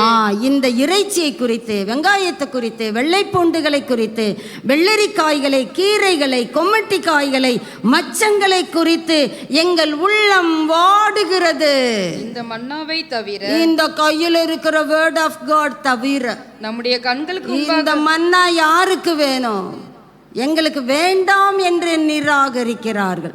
இந்த மன்னாவை தவிர நம்முடைய கண்களுக்கு முன்பாக வேறொன்றும் இல்லையே என்று வேற ஒண்ணுமே இல்லப்பா. இன்றும் சில தேவ பிள்ளைகள் அது என்ன சும்மா பைபிள் படி பைபிள் படின்ற நடக்கிறத பாரு, வயிற்று பாடு இங்கே காஞ்சு போய் கிடக்கு, நீ சும்மா பைபிள் வாசிப்போம் கர்த்தர் தருவார்னு சொல்றியே. கம்மன் கடை பேசுகிறோம் தானே வீடுகளிலே, கர்த்தருடைய செவிகளில் அது பொல்லாப்பாய் இருக்கிறது. நாம் பேசுகிற அந்த வார்த்தைகளை கர்த்தர் கவனித்து கேட்டுக்கொண்டிருக்கிறார். நாம் என்ன செய்தால் அந்த பணியை நாம் திரும்ப கர்த்தர் நமக்கு இந்த பூலோகத்திலே சந்தர்ப்பங்களை தருணங்களை கொடுத்து கொண்டிருக்கிறார். எனக்கு ஒரு நல்ல சகோதரன் உண்டு. அந்த என் கூட பிறந்தவங்க 5 சகோதரர்கள். அவர்களுடைய ரட்சிப்பிற்காக நான் அநேக நேரம் மனம் கசந்து தேவ சமூகத்திலே ஜெபிப்பது உண்டு. அவங்கக்கிட்ட சொன்னால் செம்ம நக்கல் பேசுவாங்க, சிரிப்பு தான் வரும், ஆனால் கொஞ்ச நேரம் கழித்து கடுப்பாயிடும், சிரிப்பே வரல அப்படின்னுவேன். உனக்கு வராதுப்பா. ஊழியர்களை குறித்து, தேவ வார்த்தையை குறித்து, கர்த்தரை குறித்து, கர்த்தர் உனக்கு தருணம் தர்றாரு, நீ அப்படிலாம் பேசக்கூடாது. அவர்களுக்காக கர்த்தரே வழக்காடுவார். கவனம். போப்பா இப்படி தான்ப்பா எல்லாரும் சொல்லிக்கிட்டு திரிகிறீங்க. அநேக தருணங்கள் அந்த சகோதரனுக்கு கொடுக்கப்பட்டதை கண்கூடாக பார்க்க முடிந்தது. எத்தனையோ பலவீனங்கள். திடீர்னு பார்த்தா பக்கெட்டாக பிளட் வாமிட் எடுப்பார். இந்த போயிடுச்சு அப்படின்வாங்க. சரீரத்தில் இருக்கிற ரத்தம் எல்லாம் போயிடுச்சுன்னா அவர் எப்படிங்க பிழைக்க முடியும்? ஆனால் ஊழியர் அங்கேருந்து சொல்லுவார், நெல்லை ஜெபராஜ் என்கிற ஊழியர் அங்கேருந்து பதில் சொல்லுவார், அந்த தம்பி பழைச்சிக்கிடுவான், நீங்கள் ஹாஸ்பிட்டல்லேருந்து வீட்டுக்கு கூட்டிகிட்டு போயிருங்க. பாத்தியா, கர்த்தர் உனக்கு ஜீவனை தந்திருக்கார். அடப்பாப்பா லூசு பிள்ளையா இருக்கிற, டாக்டர் கொடுத்த மாத்திரப்பா பட்டென்று அடிப்பா. எனக்கே தாங்கிக்கிட முடியலை. நீ ஒரு லிமிட்டு தான், கர்த்தரும் தாங்க மாட்டார். பட்டுன்னு ஒரு இடத்துல உன்னை விட்டு போய் விடுவார். அதெல்லாம் போக மாட்டாருப்பா, நீ சும்மா இருப்பா, ஏதாவது சொல்லிக்கிட்டே இருக்காதப்பா, பயமுறுத்தாதப்பா. பயம் ஏன் வருது? மனம் திரும்பு. நீ ஒன்றும் பெரிய காரியம் செய்ய வேணாம், இயேசுவே என் ஆண்டவர்னு சொல்லு. அதுக்கு ஏன் உன் வாய் வலிக்குது? உனக்கு எங்கே நோகுது?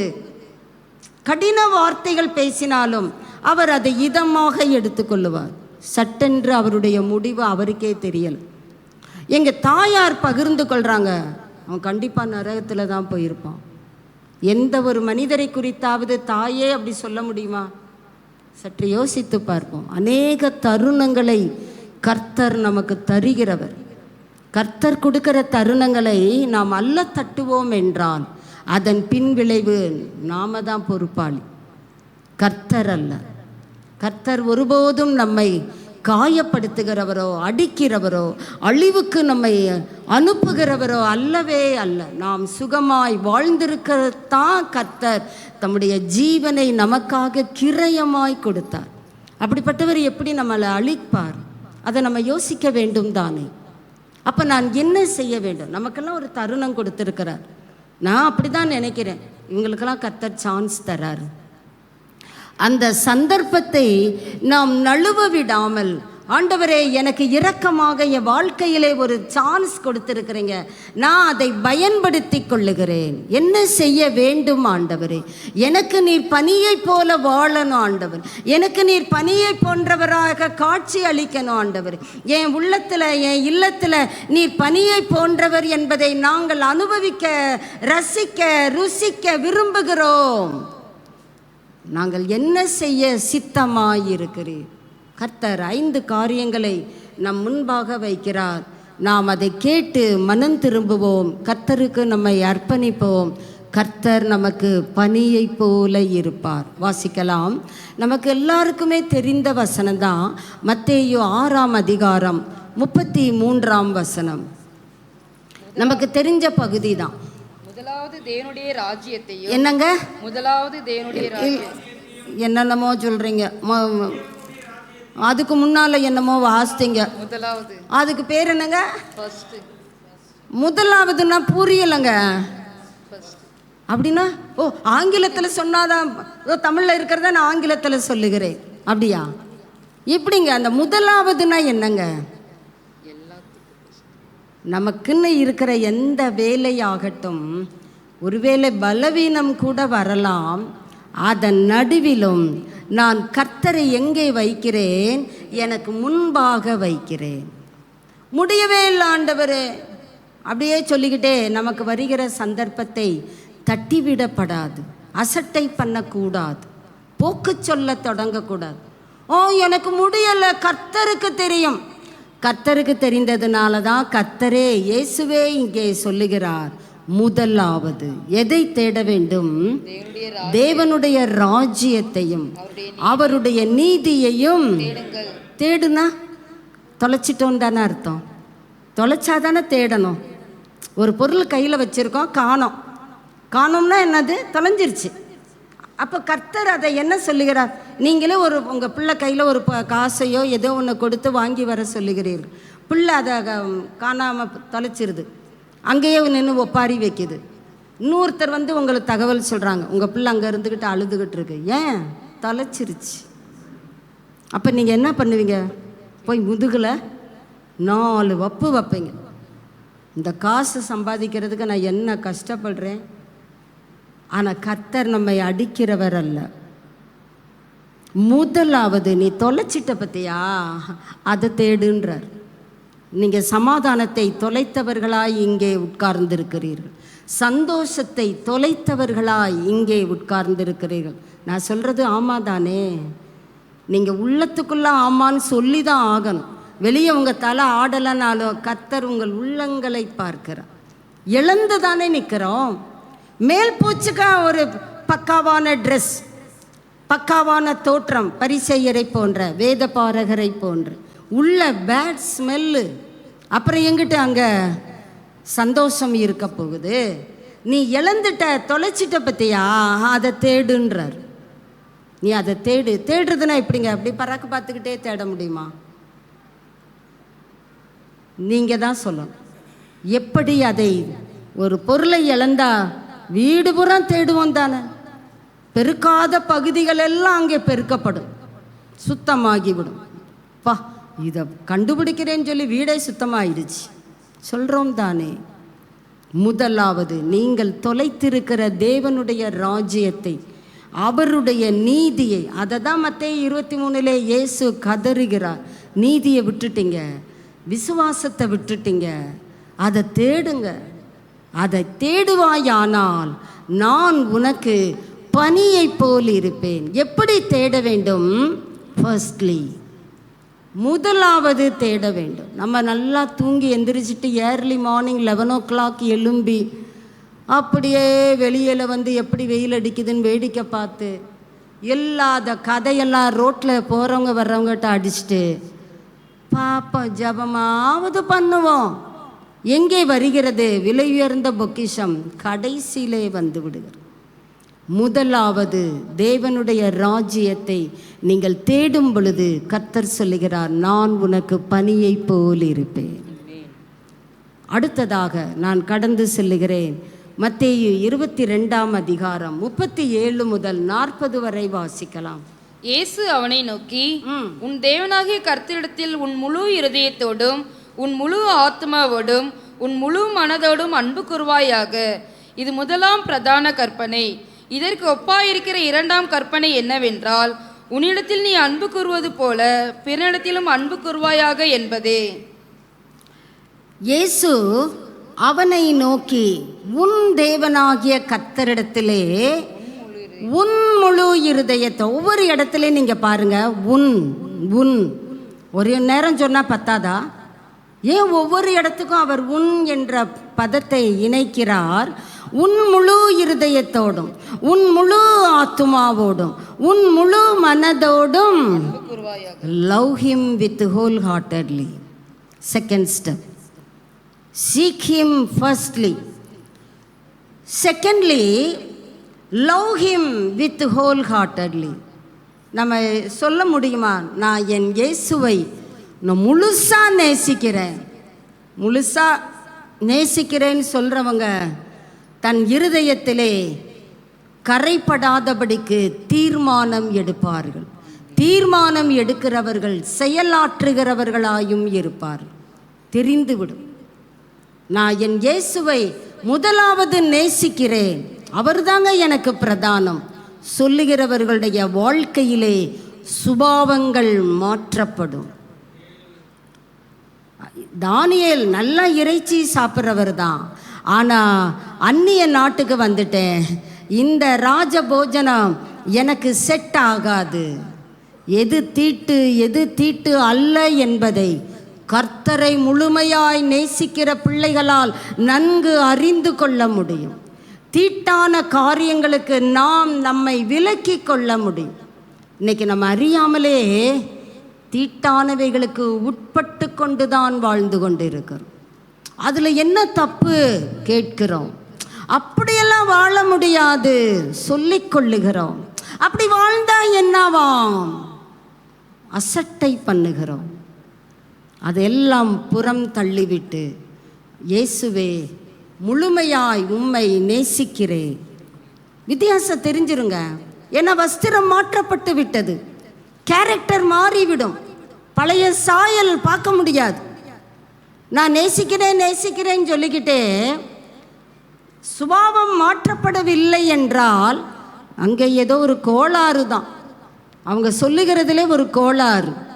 நாம் அவர்களையும் அவர்களுடைய வார்த்தையையும் ரிஜெக்ட் பண்ண சற்றும் தயங்கப்படாது, தயக்கம் கொள்ள வேண்டாம். ஆனால் என் தேவனாகிய கர்த்தரை என் முழு இருதயம், அந்த ஒவ்வொரு இடத்துலையும் பாருங்க, முழு முழு முழு இருதயம், முழு ஆத்துமா, முழு மனது. அரைகுறையை கர்த்தர் விரும்புகிறவர் அல்ல. எப்ராயிம் திருப்பி போடாத அப்பம் அப்படின்னா அவன் அரைகுறையா வெந்திருக்கான், பாதி வெந்திருக்கான். பாதி வெந்தும் பாதி வேகாததுமானதை எப்படி நான் அனுபவிப்பது? நாம் நம்முடைய வாழ்க்கையில் அப்படிதான் வாழ்ந்து கொண்டு இருக்கிறோம். பாதி அறவேக்காடுன்னு சொல்லுவாங்க பார்த்தீங்களா? ஒரு ஊழியர் ஒரு நபரை குறித்து கேட்கிறார், தெரியலங்க, நான் வச்சிருக்கேன் அறவேக்காடு. நாங்களே அப்படியெல்லாம் சொல்லலை, நீங்கள் எப்படி அப்படி சொன்னீங்க? பார்த்தாலே தெரியும். அதுக்கு எது அவங்களோட பழகணுமா என்ன? நம்மை பார்க்கிறவர்கள் நிதானித்து விடுகிறார்கள். காரணம், சுபாவம், வஸ்திரங்கள் மாற்றப்படவில்லை, சுத்தம் பண்ணப்படாத ஜீவியம். பெத்தேலுக்கு போனால் இன்னும் இங்கே உட்காந்துக்கிட்டு இருக்கோம், இது நல்லா இருக்கு. அப்போ அங்கே சண்டையின் காரியங்கள் தான் காணப்படும். நாம் நம்மை நிதானித்து அறிவோமானால் நியாயம் தீர்க்கப்படும். மூன்றாவதாக பிலிப்பியர் 2ஆம் அதிகாரம் 4ஆம் வசனம். பிலிப்பியர் 2:4. அவனவன் தனக்கானவைகளை அல்ல பிறனுக்கானவைகளையும் நோக்குவானாக. இன்னைக்கு இதை பார்க்கவே முடியலங்க. அவனவன் பிறருக்கானவைகளை அல்ல தனக்கானவைகளையே நோக்குவானாக. வசனம் அப்படிதான் படிக்கிறோம். நம்ம மற்றவனுக்கு கிடைச்சா என்ன, கிடைக்கலன்னா என்ன? எனக்கு கிடைக்குதா? எனக்கு அதிகமாக கிடைக்கணும், நான் விரும்புறதுக்கு மேலாக கிடைக்கணும். கிடைச்சிச்சா? கேட்டு திறந்துருக்கு, சீக்கிரம் வா போயிடலாம், எனக்கு கிடைச்சிருச்சு. மற்றவங்களுக்கு அதை பற்றி உனக்கு என்ன? நாம் அப்படி வாழ்ந்தோம் என்றால் கர்த்தரால் நமக்கு பனியை போல இருக்கவே முடியாது. எனக்கு கர்த்தர் பனியை போல இருக்க வேண்டும் என்றால் நான் எனக்கானதை அல்ல பிறருக்கானவைகளை நான் என்ன செய்ய வேண்டும்? நோக்க வேண்டும். நம்ம எப்படி பார்க்குறோம்? நம்ம தட்டை கூட பார்க்கறது இல்லை. நம்ம தட்டு அப்படி கூடாரம் மாதிரி இருக்கும், கோபுரம் கோபுரம் போல இருக்கும். இதெல்லாம் பார்த்துடக்கூடாது. அடுத்த தட்டு எப்படி இருக்கு? கண்ணு அங்கிட்டு தான் போகுது. ஆனால் வசனம் என்ன சொல்லுகிறது? பவுல் பிலிப்பிய சபைக்கு என்ன சொல்லுகிறார்? அவன் தனித்தனியாக ஒவ்வொருவரையும் பார்த்து சொல்லுகிறார், தனக்கானவைகளை அல்ல பிறருக்கானவைகளையும் நோக்குவானாக. உனக்குரியதையும் பார்த்துக்க, அதே நேரம் பக்கத்தில் இருக்கிறவங்களையும் பார்த்துக்க. பக்கத்தில் இருக்கிறவன் என்ன பண்ணுறான், அவனுக்கு என்ன தேவை, அதை என்னால் கொடுக்க முடியுமா? எனக்கு கொடுக்க முடியும் என்றால் நான் முற்படுகிறேன். அந்த உள்ளத்தை கர்த்தர் நம் ஒவ்வொருவரிடத்திலும் எதிர்பார்க்கிறார். அப்படி வாழ்வோம் என்றால் கர்த்தர் சொல்லுவார், நான் உனக்கு பனியை போல இருப்பேன். 1 தீமோத்தேயு 6ஆம் அதிகாரம் 17 முதல் 19 வரை வாசிக்கலாம். 1 தீமோத்தேயு 6:17 முதல் 19 வரை. இவ்வுலகத்திலே ஐஸ்வர்யமுள்ளவர்கள் இருமாப்பான சிந்தையுள்ளவர்களாய் இராமலும் நிலையற்ற ஐஸ்வர்யத்தின் மேல் நம்பிக்கை வையாமலும் நாம் அனுபவிக்கிறதற்கு சகலவித நன்மைகளையும் நமக்கு சம்பூர்ணமாய் கொடுக்கிற ஜீவனுள்ள தேவன் மேல் நம்பிக்கை வைக்கவும், நன்மை செய்யவும், நற்கிரிகளை ஐஸ்வர்யவான்களாகவும் தாராளமாய் கொடுக்கிறவர்களும் உதாரண குலமாய் இருக்கவும், நித்திய ஜீவனை பற்றி கொள்ளும்படி வருங்காலத்திற்காக தங்களுக்கு நல்ல ஆதாரத்தை பொக்கிஷமாக வைக்கவும் அவர்களுக்கு கட்டளையிடு. நல்ல ஆதாரத்தை, நமக்கென்று ஒரு ஆதார் கார்டை தேவன் இங்கே வச்சிருக்கிறார் பாருங்க. இவ்வுலகத்திலே ஐஸ்வர்யம் உள்ளவர்கள் இருமாப்பான சிந்தை உள்ளவர்களாயிராமலும் நிலையற்ற ஐஸ்வர்யத்தின் மேல் நம்பிக்கை வையாமலும் நாம் அனுபவிக்கிறதற்கு சகல நன்மைகளையும் நமக்கு எப்படி கொடுக்கிறவர்? கிள்ளி கிள்ளி கொடுக்கிறவர் அல்ல, தாராளமாக. அங்கே அழகான வார்த்தை போடப்பட்டு இருக்கிறது, சம்பூரணமாய் கொடுக்கிறவர். அதுக்கு மேலே நமக்கு வாழ்க்கையில் என்னங்க வேணும்?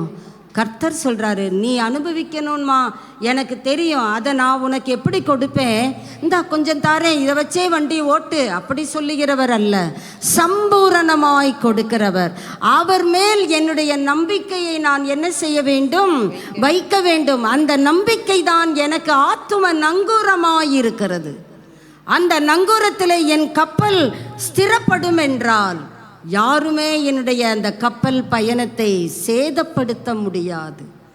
நான் அவர் மீது வைத்திருக்கிற நம்பிக்கையிலே அது நங்கூரம் பாய்ச்சப்பட்டு இருக்கிறது. கர்த்தர் அடுத்து தொடர்ந்து சொல்றார் பாருங்க, நன்மை செய்யவும்.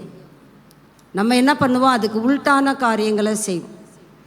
நற்கிரியைகளில் ஐஸ்வர்யவான்களாகும். தாராளமாக ஜெனராசிட்டியை பவுல் அழகாக நமக்கு போதிக்கிறார். தாராளமாக கொடுன்பார். நம்ம என்ன சொல்லுவோம்? இருக்கட்டும், நீ என்ன அப்படி கொடுக்குற, போதும். இந்த வீட்டுக்குள்ளே இந்த சத்தம் வருது, போதும், இன்னத்துக்கு நமக்கு தேவை இருக்குல்ல. ஜூன் மாதம் வருது, தெரியலை அவனுக்கு, சொல்லணுமாக்கும். அவங்க இருக்கிறாங்கன்னு தான் அமைதலாக இருந்து. இந்த பதங்கள் எல்லாம் வீடுகளிலே கர்த்தருடைய செவிகளிலே ஏறுகிறது. இருக்கிறவங்க செவியில் ஏறுறதை விட அவர் செவிக்கே போயிடுது. உதார குணமுள்ளவர்களுமாய் இருக்கவும், நித்திய ஜீவனை பற்றி கொள்ளும்படி வரும் காலத்திற்காக கர்த்தர் உனக்கு நீ சேமிக்கிறதுக்கும் கூட உனக்கு என்ன பண்ணுகிறார்? அனுமதி தருகிறார். வரும் காலத்திற்காக தங்களுக்கு. இந்த உலக வாழ்க்கையில் சேமிப்பு வேண்டும் தான், ஆனால் நித்தியத்திலே நாம் சேமிக்கிறது அதிகமாக இருக்க வேண்டும். ஏன்னா அங்கே பூச்சி கிடையாது, துரு கிடையாது. அதனால் அங்கே சேமிப்பது நம் ஒவ்வொருவருக்கும் பயனுள்ளதாக இருக்குமே. Avoid materialism.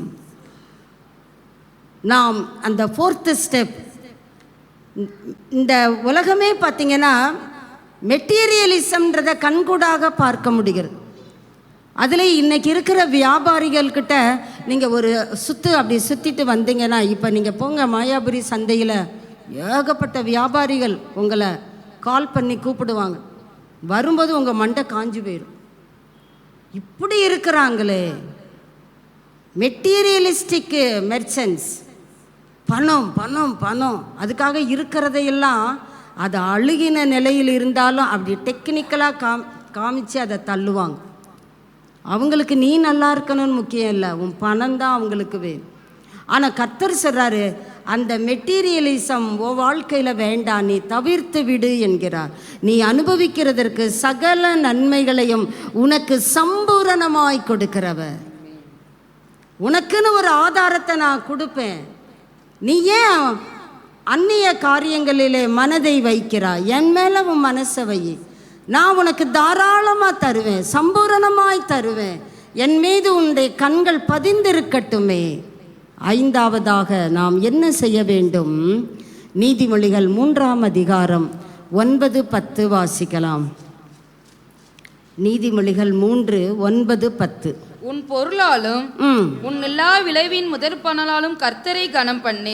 நம்ம நல்ல ஒரு ஆராதனையை ஆராதித்தோம். கர்த்தர் இருக்கிறவர், இருந்தவர், வருகிறவர். அவருக்கு முன்பாக 24 ஜீவன்கள் பணிந்து கர்த்தரை ஆராதிக்கிறது. தூதர்கள் ஆராதிக்கிறார்கள். அவர்களோடு சேர்ந்து நாமும் கர்த்தரை உயர்த்தும் பொழுது நம்முடைய உள்ளம் அப்படியே அப்படியே அப்படியே உயருகிறது, கர்த்தரோடு இணைகிறது. அவருடைய ஆவியும் நம்முடைய ஆவியும் ஒன்றர கலக்கிறது. அந்த கர்த்தரை நாம் வெறும் வார்த்தையினாலே I honour you Lord, I honour the Jesus சொல்லிவிட்டு போய்விடலாமா? உன் பொருளாலும் உன் எல்லா விளைவின் ஃபர்ஸ்ட் ஃப்ரூட்ஸ் கர்த்தரை கனம் பண்ணு. நம்மில எத்தனை பேர் கர்த்தரை கனம் பண்ணுகிறவர்களாய் வாழ்ந்து கொண்டு இருக்கிறோம்? எல்லாம் எனக்கு தாங்க, ஏன் பொருள். ஆண்டவர் அதை தான் சொல்றாரு, உன் பொருளால். இது இப்போ எனக்கு இப்போ தான் அந்த ஃபஸ்ட்டு கிடச்சிதுங்க. ஆண்டவர் அதை தான் சொல்கிறாரு, உன் எல்லா விளைவின் முதற் பலனாலும் கர்த்தரை கனம் பண்ணு. தலைகளை தாழ்த்துவோம். இஸ்ரவேலுக்கு நான் பனியை போல் இருப்பேன். ஆனால் நம்முடைய வாழ்க்கையிலே மிஸ்பிளேஸ்டு ப்ரியாரிட்டிஸ் அந்த பனியை காய்ந்து போக பண்ணிவிடுகிறது. அவனவன் தன் தன் வீட்டுக்கு ஓடுறான், என் வீடு பாழாய் கிடக்குது.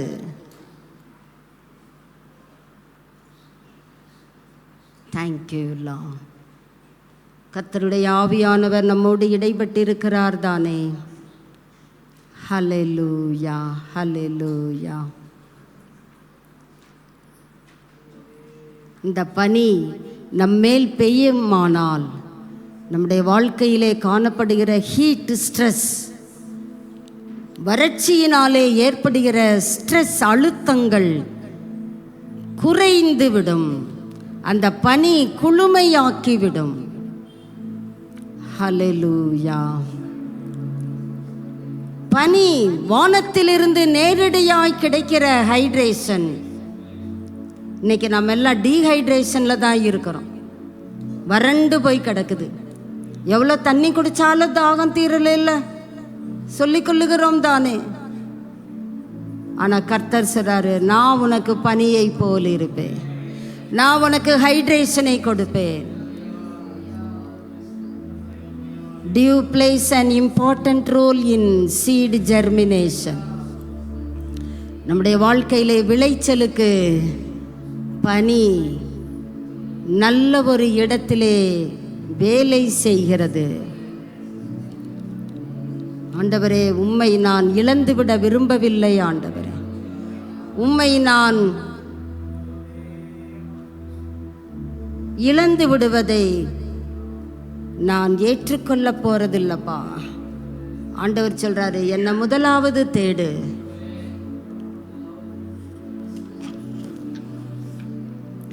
உன்னுடைய முழு இருதயத்தோடு என்னிடத்திலே அன்பு செலுத்து. உனக்குள்ளதையே பார்த்துக்கிட்டு இருக்காத. பக்கத்தில் கொஞ்சம் கண்களை திசை திருப்பி விடு. தேவையுள்ளவர்கள் ஏராளம். உனக்கு மட்டும் பார்த்துக்கிறையே, பக்கத்தில் லாசரு காத்துக்கிருக்கிறானே. உன் மேஜையிலிருந்து விழும் துணிக்கைகளை பொறுக்கி கொள்ளும்படி ஆசையோடு இருக்கிறானே. அவன் பக்கம் உன் கண்களை திருப்பி விடு. Avoid materialism. இன்னும் உலக சம்பத்துக்களிலேயே உன் கவனத்தை செலுத்துவதை தவிர்த்து விடு. கர்த்தருடைய மகிமைக்காக, உன்னுடைய நன்மைக்காக தாராளமாக கொடு. என்கிட்ட இல்லையே சொல்லாத, உங்ககிட்ட இருக்குன்னு எனக்கு தெரியும். கர்த்தர்கிட்ட நம்மெல்லாம் இல்லைன்னு பேசக்கூடாது. நாம் அனுபவிக்கிறதற்கு சம்பூரணமாய் கொடுக்கிறவர் அவர் தானே. அவருக்கு கொடுக்கிறதற்கு நாம் ஏன் தளர்ந்து போக வேண்டும்? Thank you Lord, thank you Jesus. கர்த்தர் என் இதயத்தோடு இடைப்பட்டார் என்று சொல்லுகிற பிள்ளைகள் கர்த்தருக்கு தங்களை அர்ப்பணிக்கலாமே. ஓரிரு வினாடிகள் கர்த்தருக்கு என்னை கொடுக்கிறேன் அப்பா.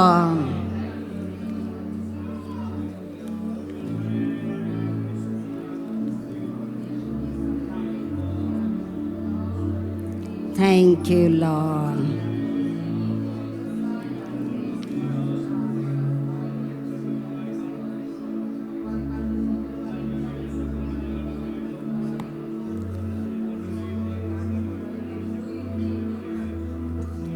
Thank you, Jesus.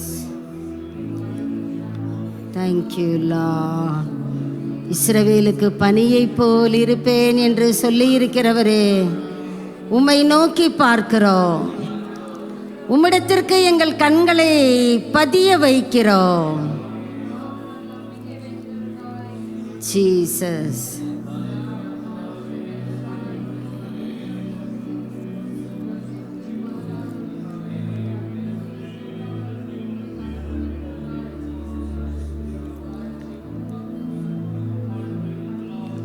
ஹல்லேலூயா, ஹல்லேலூயா.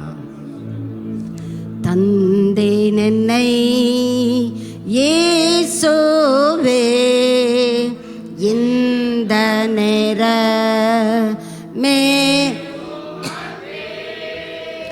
தந்தேன் என்னை இயேசுவே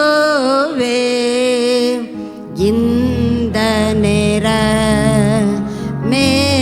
உமக்கே உந்தனுக்கே ஊழியம் செய்ய தந்தேன் என்னை தாங்கியருளும். உந்தனுக்கே ஊழியம் செய்ய தந்தேன் என்னை தாங்கியருளும். தந்தேன் என்னை இயேசு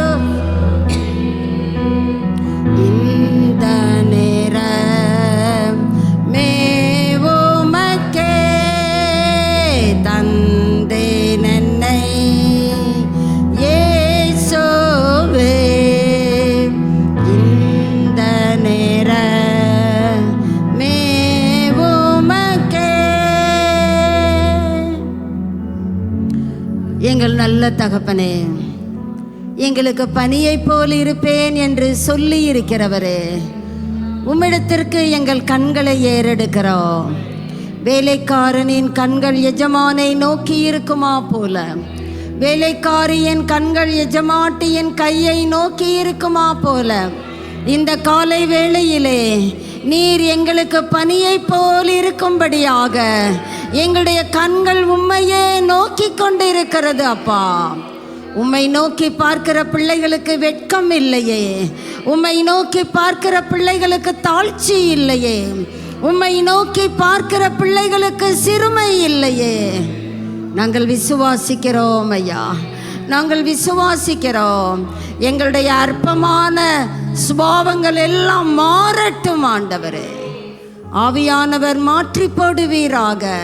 எங்களிடத்திலே காணப்படுகிற துர்வாசனைகள் எல்லாம் இயேசு கிறிஸ்துவின் இரத்தத்தினாலே அகன்று போவதாக. எங்கள் ஒவ்வொருவரிலும் ஆவியானவர் தங்கி தாபரிப்பீராக. உம்மை எங்கள் முழு இருதயத்தோடு அன்பு கூறுகிறோம். உம்மை எங்கள் முழு ஆத்துமாவோடு அன்பு கூறுகிறோம். உம்மை எங்கள் முழு சிந்தனையோடு அன்பு கூறுகிறோம்.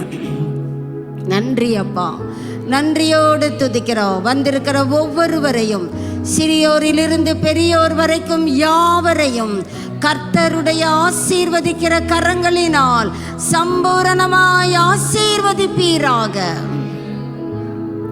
நீர் மாத்திரம் மகிமைப்படுவீராக. ஒவ்வொரு குடும்பத்திலும் தேவ பிரசன்னம் காணப்படட்டும் ஐயா. தேவ மகிமை விளங்கட்டும் ஐயா. தேவ வல்லமை ஒவ்வொரு குடும்பத்திலும் வெளிப்படுவதாக. கர்மேலின் அலங்காரம் ஒவ்வொரு குடும்பத்திலும் காணப்படட்டும் ஆண்டவர்.